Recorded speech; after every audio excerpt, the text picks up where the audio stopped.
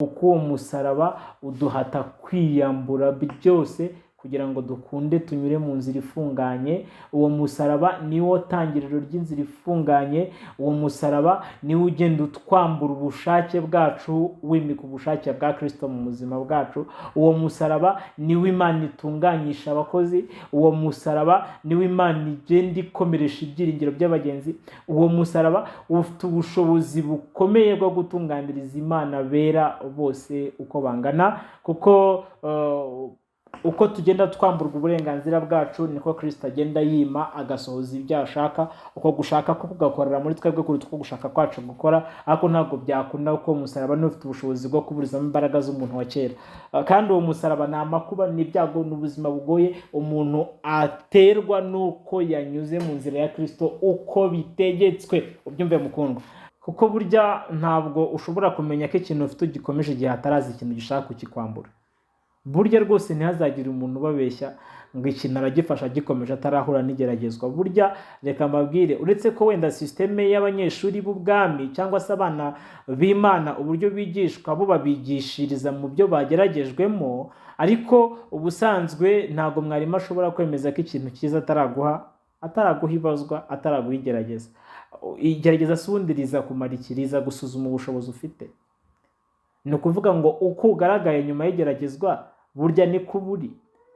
Burya uko witwara mu byo wageragejwe burya ni kuburi. Ntukagire ikindi gisobanuro ushaka kuduha. Uko witwaye mu byo wageragejwe ni kuba uhagaze, ni kuburi. Imana yacu itugire neza kandi Imana iturengere.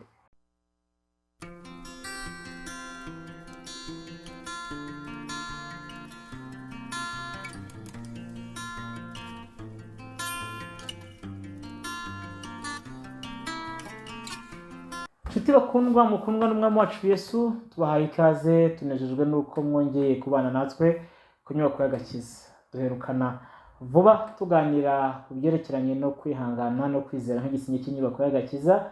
Rero aho twaherukanaga twabasezeranije ko tuzongera kuganira ku bitugerageza ibyo ari byo, kuko burya umuntu ibyo kwihanganira afite cyangwa asabwa kwihanganira ntabwo ari buri wese usabwa kwihangana, nubwo kwihangana ari umuti kuri buri wese. Kuko burya ntabwo ushobora kugira igisenge udafite inzu, ubwo nyine we waba hari ukundi kuntu waba ushaka kubyubaka, ariko ubundi mu myubakire isanzwe ntibibaho. Rero mu myubakire yacu twebwe turimo ku nyubako y'agakiza, kugira ngo dukunde twubake igisenge bisaba ko tugomba kuba dufite na bya bindi byose.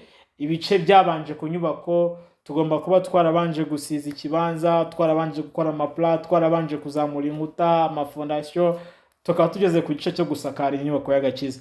Urumva rero ntabwo ndi buze kuza gusaba umuntu kwihangana kandi nta mpamvu zo kwihangana afite, kuko donc nta nzu isanzwe, nta nzu ntabwo nakubwira ngo ubake igisenge. So rero ngetsa umuntu kwihangana cyangwa se menyesha umuntu ko akwiriye kwihangana igihe hari impamvu zihari zimutera uko kwihangana. Numva ari ikintu cyumvikana. Bityo rero turimo dushaka nubwo kwihangana kugira inyungu haba kuwizera n'utizera. Kuwizera n'utizera, kwihangana kugira inyungu mu buryo bwinshi, mu buryo bwo kubana na sosiyete tubamo, mu buryo bwo kukurinda amakuba n'akaga n'ibindi bintu byose binyuranye.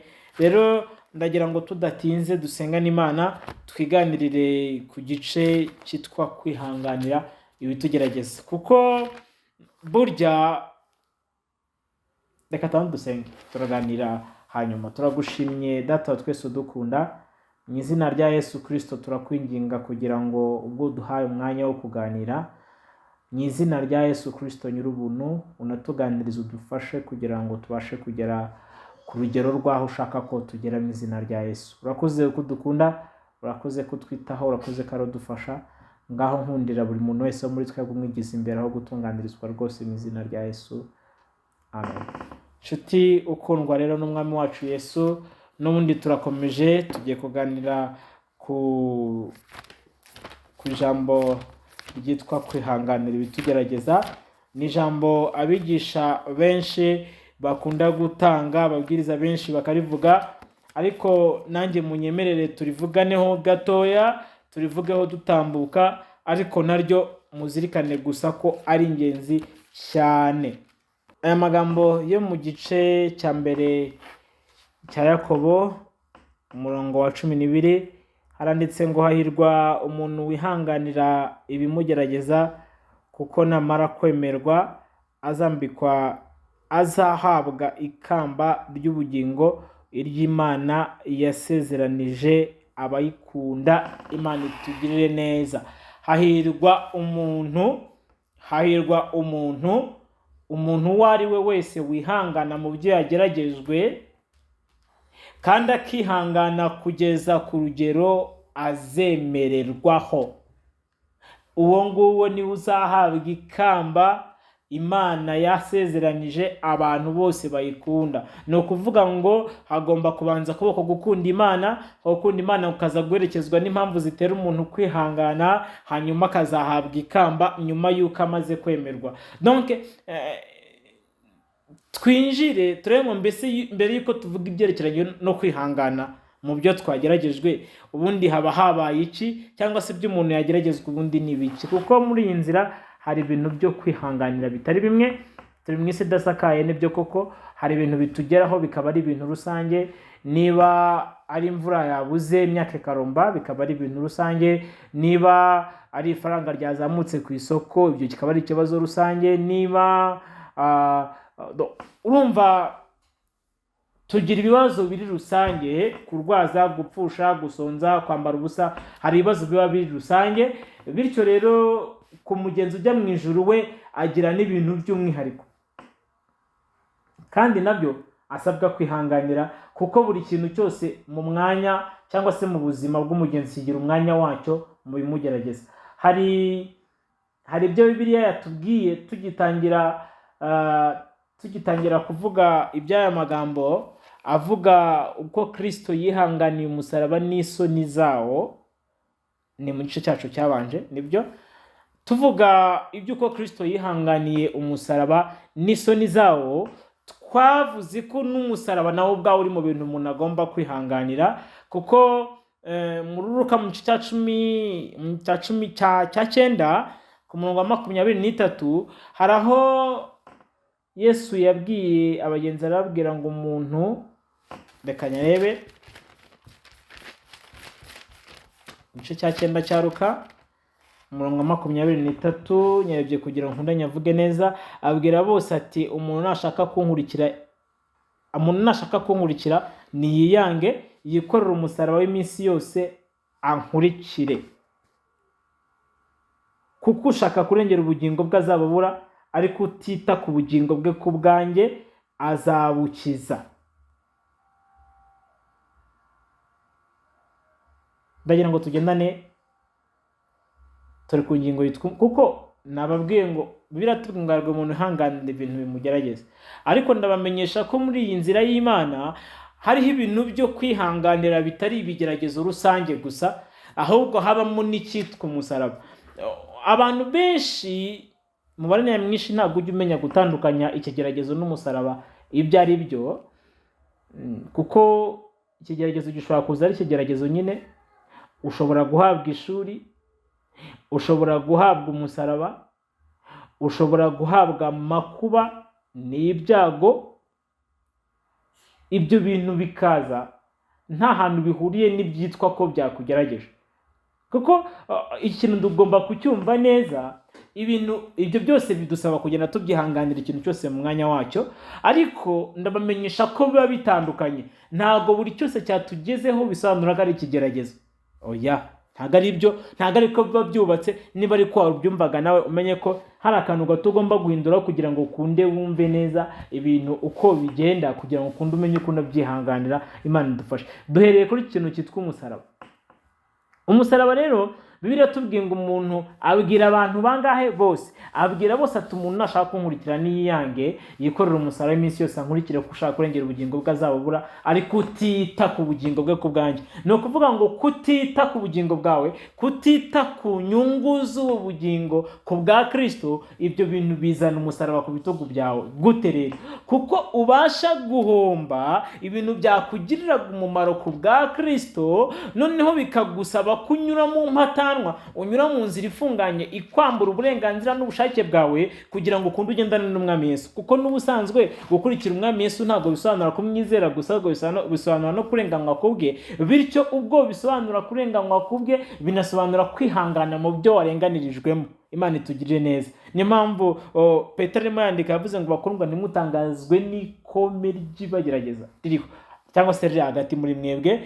Agenda bisobanura uburyo iryo kome rigenda ritunganya kwizera kwacu nk'uko umuriro utunganya izahabu. Ariko ntabwo ariho ngiye kwinjira cyane, nashakaga kwivugira gusa ko uko kwizera dufite, ko kwizera umwami Yesu gutuma twemera gukurikira umwami Yesu ahajya hose, kandi we yagiye yikoreye umusaraba. Bityo niba dutegekwa kumusanga inyuma y'urugo, bisobanura ko natwe tugomba kumusanga inyuma y'urugo, ariko natwe twikoreye umusaraba nk'uko yasohotse mu murwa nawe yikoreye umusaraba. Ibyo bisobanura iki? Umuntu nashaka kunkurikira niyange yikorera umusaraba we ankurikire. Gukurikira Yesu cyangwa se kwitondera ijambo ry'Imana mu buryo bw'ukuri, mu buryo budakebakeba, bishyira umuntu umusaraba ku bitugu, cyangwa se bishyira umuntu mu buzima busa nkaho butoroshye.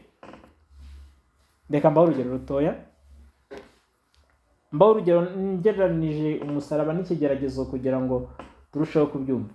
Uzi ko njyewe nawe dushobora kuba dufite ikibazo kimwe gisa, kuri wowe kikaba ari umusaraba, kuri njyewe bikaba ari ikigeragezo. Uti se byaba byagenze bite? Dutekereze ko wenda n'urugero twembi twabuze akazi, tumaze kubura akazi, mu rugo iwanjye no mu rugo iwawe haza inzara, sibyo? Hanyuma mu gihe ibyo byombi byabaye rero, byagenze bite kugira ngo tubure akazi? Njyewe nashakishije dosiye yanjye, nayidepoje ahantu hose, umva biranga pe. Akazi ndakabura, imyanya yaruzuye, nta kazi gahari, ntaki. Nakoze uko nshoboye ngo nshaka akazi, nkubita hirya no hino, akazi ndakabura. Ibyo ngibyo kuri njyewe nta kindi kintu nakora nabuze akazi kitari ukwihangana. Kuri njyewe ikibazo cy'inzara mu rugo iwanjye cyatewe nuko nabuze akazi, kuko ntako nageze ngo nkashake. Nawe byakugendekeye bityo, dosiye yawe wayizengurukanye, washakishije akazi ahantu aho ariho hose, aho ubonye, kugira ngo ukabone bikagusaba kunyuranya n'ubushake bwa Kristo kuri wowe.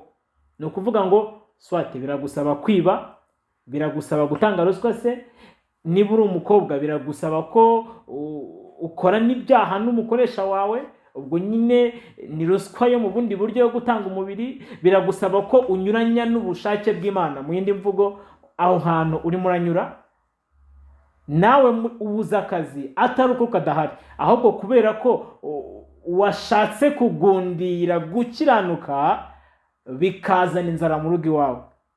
Ni ukuvuga ngo wowe uramutse urekuye ibyo bintu byo gukiranuka bikuzanira imibabaro, ushobora kugira gute? Ushobora kubona akazi ugakora.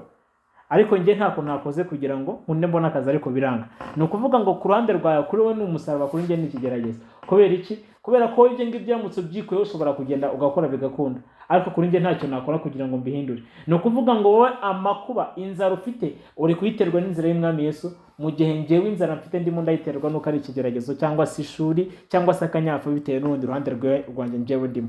Ngaho mva kino kintu, gukurikira Kristo cyangwa se kugenda twumvira ubushake bwe, bibasha gutuma tunyura mu nzira inyurana n'ibyo umuntu yifuza kugira ngo abeho. Bityo bigashobora kuzana imibabaro mu nzira ye. Ikintu kinagorana cyane ku musaraba ni uburyo buba buhari bwo kwirokora cyangwa se bwo kwikiza, kugira ngo ukunde ubone ibigutunga, cyangwa se ukunde boroherwe, cyangwa se ukunde ugende wumva bimeze neza. Kuko ku musaraba uba ufite uburyo. Bibiliya tubwira ngo no kuri ziriya ntwari za kera, ngo iyo baza ko barakumbuye iyo bavuye, bari kubona uburyo bwo gusubirayo. ariko kubera ko bari bafite indi gakondo batumbiriye byatumye batemera kurokorwa. Imana y'ubuntu bwinshi tugirire neza. Ni ukuvuga ngo umusaraba utandukana n'ikigeragezo muri ubu buryo maze gusobanurira, ariko si ukuvuga ko n'ibigeragezo nabyo bitagira umwanya wabyo.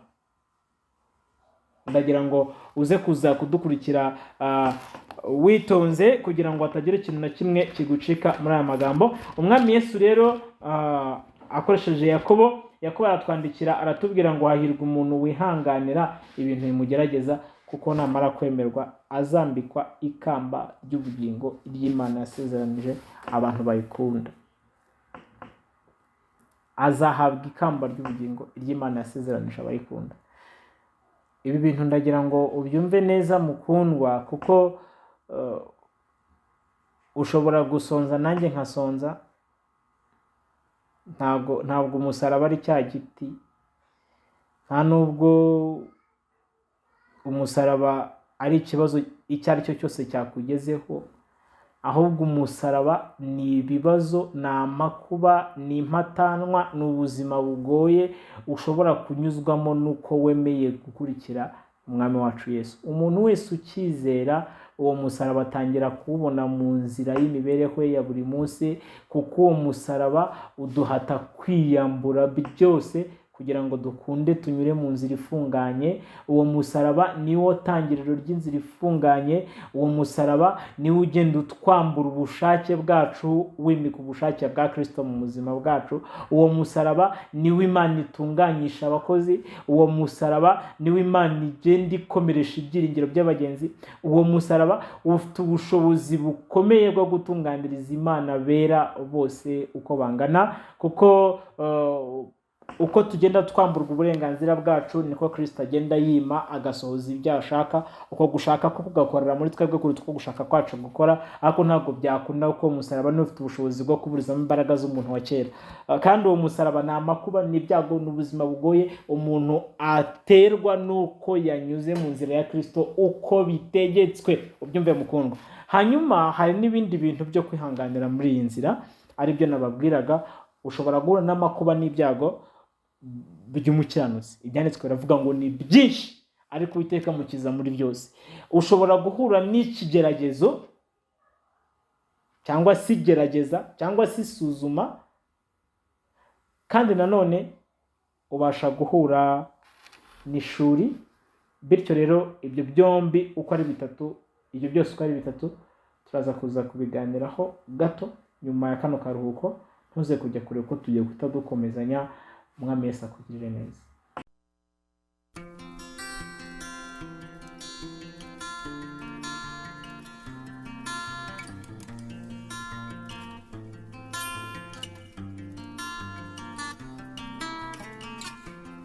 Mwene data ukundwa n'umwami wacu Yesu, tukiri kumwe namwe bakundwa mudukurikirana ku Nyubako y'Agakiza. Turimo tuganira ku byerekeranye no kwihangana mu byo twageragejwe, no kwihanganira umusaraba, no kwihangana mu ishuri, no kwihangana mu muriro w'uruganda. Ibyo bintu byose hamwe n'amakuba n'ibyago by'umukiranutsi, ibyo bintu uko byisuka ku mugenzi, byose bikeneye ikintu kimwe, aricyo gisenge cy'inyubako y'agakiza kigomba kuturinda ko iyo mvura, uwo muyaga, iyo nkubi, urwo rubura, ibyo bikomeye by'uburyo butari bumwe biza byisuka ku mugenzi, bigomba kuza bigasanga dusakariwe no kwihangana ndetse no kwizera kwa Kristo.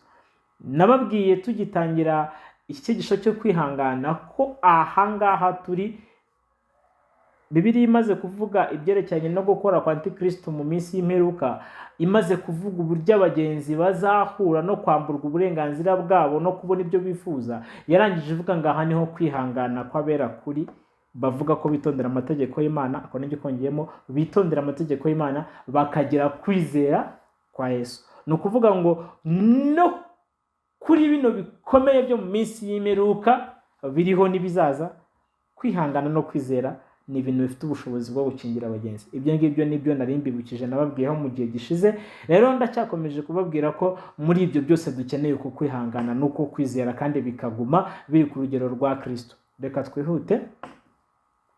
Noneho ndagira ngo mu gace ka mbere tuvuganye ku byerekeranye n'umusaraba, niho tuvuzeho uburyo amakuba cyangwa se impatanwa cyangwa se ubusharire cyangwa se ubuzima buruhanije umuntu ashobora guterwa no kunyura mu nzira y'Imana, ari byo Bibiliya yita umusaraba, bikagira imbaraga n'umumaro wo gukuraho no kuburizamo umuntu wa kera mu buzima bw'umukozi Imana ibiri gutunganya. Ntago Imana itunganyisha umugenzi ibigeragezo, imutunganyisha umusaraba. Icyo kintu cyumve neza, kuko ibigeragezo ntibisaba. Reka icyo kintu nkizigame, tuzakiganira imbere gatoya. Reka twivugire ku byerekeranye n'ibigeragezo, hanyuma muzi impamvu mwese yo kugeragezwa k'umugenzi. Umugenzi ageragezwa hagamijwe kureba ko akomeje icyo afite, kuko burya ntabwo ushobora kumenya ko ikintu ufite ugikomeje igihe hatarazi ikintu gishaka kukikwambura. Burya rwose ntihazagire umuntu ubabeshya ngo ikintu aragifasha gikomeje atarahura n'igeragezwa. Burya reka mbabwire, uretse ko wenda sisiteme y'abanyeshuri b'ubwami cyangwa se abana b'Imana uburyo bigishwa bo babigishiriza mu byo bageragejwemo, ariko ubusanzwe ntabwo mwarimu ashobora kwemeza ko ikintu cyiza ataraguha ibazwa, ataraguha igerageza. Igerageza si ubundi riza kumara iki? Riza gusuzuma ubushobozi ufite. Ni ukuvuga ngo uko ugaragaye nyuma y'igeragezwa burya ni ko buri. Burya uko witwara mu byo wageragejwe burya ni ko buri. Ntukagire ikindi gisobanuro ushaka kuduha. Uko witwaye mu byo wageragejwe ni ko uhagaze, ni ko buri. Imana yacu itugire neza kandi Imana iturengere. Mbisubiremo mukundwa, uko witwaye mu byo wageragejwe ni ko buri. Kuko igeragezwa n'ubundi niryo risobanura, niryo ritanga igisobanuro cy'umunyeshuri. Mereye ku kugeragezwa, niba nshaka kukubwira ko ugeragezwa ni uwigishijwe, cyangwa se mu ishuri ry'abana b'ubwami noneho ho ugeragezwa aba ari ugiye kwigishwa, kuko byombi birashoboka ku Mana. Ibasha kugerageza kugira ngo irebe ko ibyakugishije byumvikanye, ariko ibasha no kukugerageza kugira ngo ikwigishe ibindi bintu bishyashya. Kuko mu ishuri ry'abana b'ubwami ho nabonye Umwuka Wera yigisha umuntu nyuma yuko amaze gutsindwa ikizami. We abanza ikizami mbere yo kwigisha, ariko hari n'igihe aherutse ikizami nyuma yuko akwigisha. Ibyo byombi birashoboka. Hanyuma icyo ushaka kuvuga ku byerekeranye n'irigeragezwa, ndashaka kwivugira ko burya ntihazagire umuntu ugutuburira cyangwa ngo akubeshye ngo ikibazo kirakomeye cyangwa ngo kiroroshye, kubera ko burya ikibazo ntabwo ari ibibazo, ikibazo ntabwo ari ikigeragezo.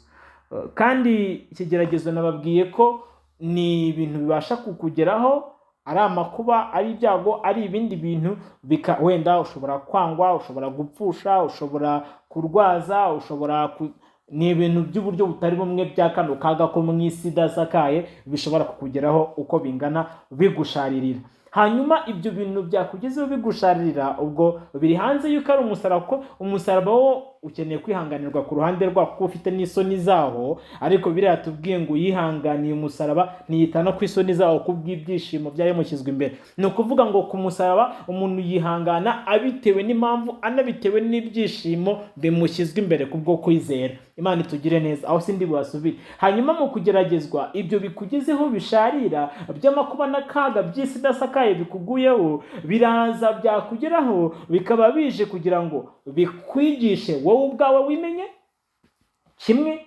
Icya kabiri, umenye Imana, umenye n'abantu bakugose. Icyo ni ikintu cya mbere uba ugomba kwiga mu kigeragezo. Icya mbere ni ukwimenya, kumenya Imana no kumenya abantu bakugose. Noneho ntabwo ari aho bigarukira gusa, kuko binakwigiza imbere kugira ngo ufate imyanzuro itunganye hanyuma y'aho ngaho. Icyo mvuga ngiki ni uko ikibazo ntabwo ari ibazwa umunyeshuri yabajijwe. Ikibazo ntabwo ari icyo wageragejwe, ahubwo ikibazo ni ubushobozi ufite bwo kubasha gukora cyangwa kwihanganira icyo kintu wageragejwe. Imana itugire neza. Uti Prosper, icyo uvuga ni iki? Icyo mvuga ni iki? Ni uko ikibazo atari ibazwa, ahubwo ikibazo ari ubushobozi bw'umuntu urimo arabazwa. mfite abana barutana, umwe nshobora kumubwira ngo fata rimwe uteranyeho rimwe, icyo kibazo ntagishobore. Uhise uvuga ngo none si ubwo ngubwo kubera icyo atagishobora, ni uko ubushobozi bwe buri munsi y'icyo kibazo. Aracyari muri maternelle umwe, ni ukuvuga ngo ibyo azi ni uguca uturongo, ibyo azi ni ukukubwira ama leta A, B, nibyo ngibyo azi, ariko kumubwira ngo rimwe guteranyaho rimwe ibyo ngibyo ntabwo azi ibyo ari byo. Ni ukuvuga ngo ntabwo ikibazo mubajije ari uko cyari gikomeye, ahubwo ikibazo kiri hejuru y'urugero afite. Imana y'ubuntu bwinshi tugire neza. Ni ukuvuga ngo ikibazo rero ikibazo ntabwo ari ibazwa natanze, ahubwo ikibazo ni ubushobozi bwongo urimo urakibazwa. Kuko hari undi mbasha kubwira ngo no guteranyaho rimwe nkaba mbeze nkaho ndimo ndamutesha umwanya, ndimo guteranyaho rimwe, ukumva ahita akubwira mu buryo bworoshye akagusubiza icyo kibazo. 5 guteranyaho 5 akabigusubiza mu buryo bworoshye, akumva ni ukumutesha. Nk'ubwo ufashe icyo kibazo ukagiha umwana uri muri primaire ukamuha 5 guteranyaho 5 umwihereye amanota y'ubuntu. Kubera iki? Kubera ko ikibazo si uko cyari gikomeye kuri wa mwana muri maternelle, ahubwo ikibazo cyarutaga ubushobozi afite. Ni ukuvuga ngo rero uko tuba dufite urugero rwo hejuru rwo kwihangana, niko n'ibitugerageza bigenda bihinduka ubusa. Umwe ashobora kureba ikimugerageza akabona ni umusozi kuri we, ariko undi yakireba akabona niho kunywa amazi. Imana y'ubuntu bwinshi tugire neza. Nagira ngo bino bintu mbibutse kuri Kalebu na Yosuwa hamwe n'abandi batasi bari kumwe, bamaze kugera mu gihugu, bamwe barebaga ikibazo kiri imbere yabo aricyo banaki, bakabona ni inzige, bo kuri bo bameze nk'inzige, ariko abandi bakabona bazabarya nk'abarya imitsima. Kubera iki? Ubushobozi bwabo bwari buri hejuru y'ikibazo, mu gihe abandi ubushobozi bwabo bwari buri munsi y'ikibazo cyane.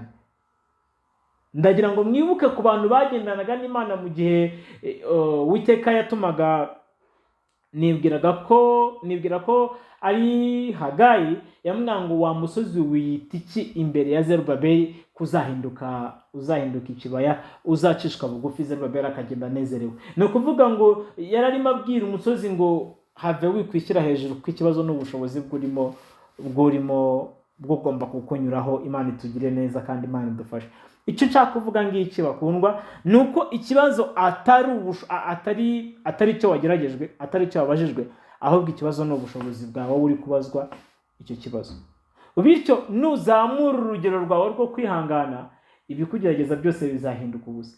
Urugero rwo kwihangana kwacu iyo ruzamutse rukagera kugera ku rugero rwa Kristo, ibitugerageza bihinduka ubusa. Bihinduka ubusa kubera iki? Kubera ko byose biri munsi y'ubutware bwa Kristo. Icyo mvuga ni iki? Ni uko urugero rwo kwihangana kwa Kristo ari ubwishingizi, bituma ibyo wageragejwe byose bihinduka ubusa, kubera ko biri munsi y'ubushobozi ufite bwo kwihangana. Imana itugire neza kandi Imana idufashe.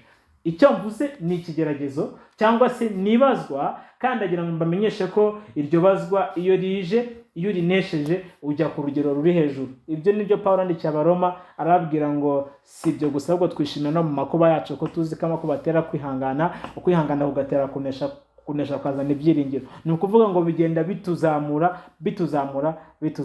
Imana itugire neza kandi Imana idufashe.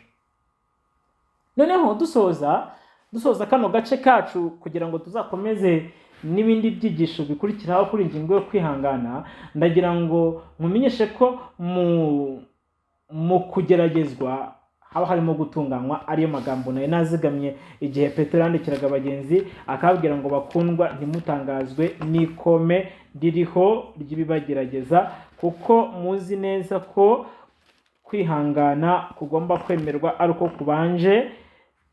kubanje kunyura mu bikugerageza byinshi. Nicyo gituma mwishima nubwo ahari mukwiriye kumara igihe gito mubabazwa n'ibagerageza byinshi, kugira ngo kwizera kwanyu kugaragare ko kurusha izahabu igiciro cyinshi. Kandi izahabu nubwo ishira igeragereshwa umuriro, kandi kugira ngo kwizera kwanyu kugaragare ko ari ukuri, amaherezo kuzabahesha ishimwe n'ubwiza n'icyubahiro ubwo Yesu Kristo azahishurwa. Imana itugirire neza.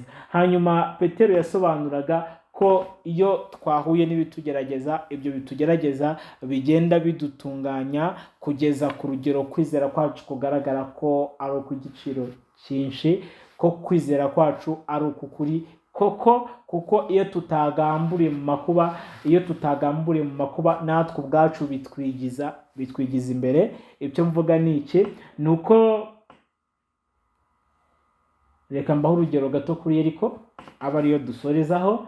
Iyo Yeriko muzi ukuntu yari ikinze, kandi ngira ngo muzi ko Yeriko yari urugi rwa nyuma rwari rubujije Abisiraheli kugera muri gakondo yabo kugira ngo batangire kurwana no guhindura imidugudu mu gihugu cyabo.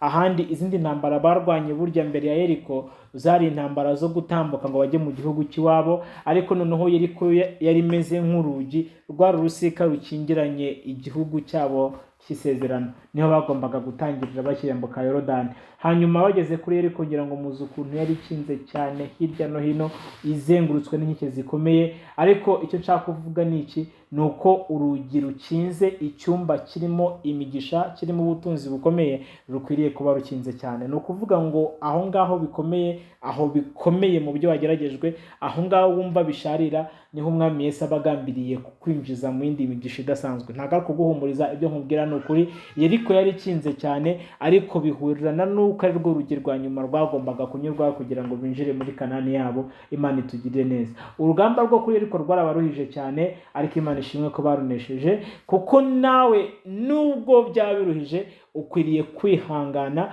Uko kwihangana kugasohoza umurimo wako. Kwihangana niko gutera kunesha kuzakuremera ibyiringiro bitazagukoza isoni. Imana itugirire neza kandi Imana idufashe. Nanone ndakumenyesha ko kuri iyi ngingo yerekeranye no kugeragezwa, ndagira ngo nkumenyeshe ko iyo byabaye ishuri, uko kugeragezwa bibamo kwiga, bibamo gutunganywa. Ariho wamuriruza umuntu akagenda yanganywaho amahage, akurwaho ya myumvire asanganywe, akurwaho. Kuko hari ukuntu umuntu iyo nta kigeragezo gihari, cyangwa se iyo nta bikomeye bihari, cyangwa se usanga nyine umuntu adamarara, usanga umuntu yumva ibintu byose bigomba kugenda mu buryo yateganyije, usanga umuntu ibintu agomba kubitwara uko abyumva, akitwara uko abyumva, akamera nk'utazimuka inaha. Ariko nyamara iyo bije hari ukuntu ahindura imitekerereze n'imikorere. Hanyuma nyuma y'ibi bintu ndimo mbabwira, ndimo ncamo nihuta rwose, ndagira ngo mbamenyeshe ko niba Umwami Yesu atanze ibazwa, iryo bazwa ukaritsindwa, kandi uko gutsindwa mbabwira se ni ukuye, ni ukwitwara uburyo bunyurana n'ubwategetswe mu byo wageragejwe. Niba utegetswe gutuza, niba utegetswe gusenga, niba utegetswe kwihangana, ugasanga weho ntabwo ari ko wabigenje, icyo gihe ubutegetswe kongera gusubira muri iryo bazwa. Ibyo bita liteke, gusubira mu isomo ryagutsinze. Iyo ngiyo ni impamvu ya mbere y'ibigeragezo bishobora kuba bidashira ku mugenzi uwo ari we wese. Ugasanga uyu munsi ikibazo cyamutsinze, n'ejo cyamutsinze, n'ejo cyagarutse. Kubera iki? Kubera ko nta na rimwe yigeze agitsinda, nta na rimwe yigeze yitwara uburyo buhura n'ubwo Imana itegeka ko umuntu yitwara muri ibyo bintu arimo aranyuzwamo.